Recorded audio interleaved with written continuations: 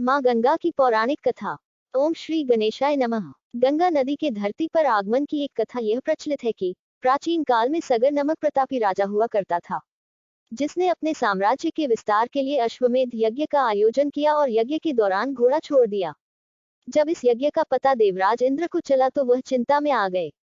उन्हें यह चिंता थी कि अगर अश्वमेध का घोड़ा स्वर्ग से गुजर जाता है तो राजा सगर स्वर्ग लोक पर भी अपना साम्राज्य स्थापित कर लेंगे। पौराणिक काल में अश्वमेध यज्ञ के दौरान छोड़ा गया घोड़ा जिस राज्य से गुजरा था वह राज्य उस राजा का हो जाता था।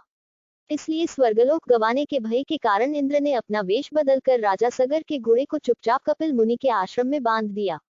इस दौरान कपिल मुनि घोर ध्यान मुद्रा में थे।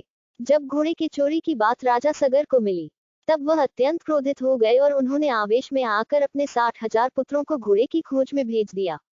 जब उनके पुत्रों को यह ज्ञान हुआ कि कपिल मुनि के आश्रम में वह घोड़ा बंधा है, तब उन्होंने भ्रांतिवश कपिल मुनि को चोर मान लिया और उनसे युद्ध करने के लिए आश्रम में घुस गए।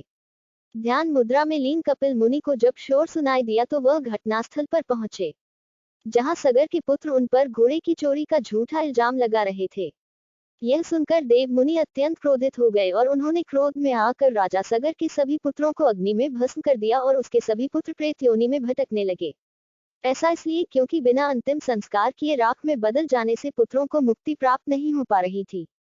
राजा सगर के कुल में जन्मे राजा भागीरथ ने अपने पूर्वजों की आत्मा की शांति के लिए भगवान विष्णु की कठोर तपस्या की। तपस्या से प्रसन्न होकर जब भगवान विष्णु ने भागीरथ को दर्शन दिया तो उन्होंने वरदान मांगने के लिए कहा। भागीरथ ने पूर्वजों की आत्मा की शांति के लिए मां गंगा को धरती पर लाने की प्रार्थना की।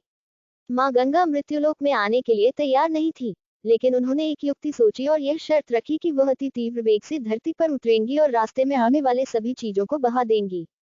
गंगा की शर्त से भगवान विष्णु भी चिंता में आ गए और भोलेनाथ से इसका हल निकालने के लिए कहा।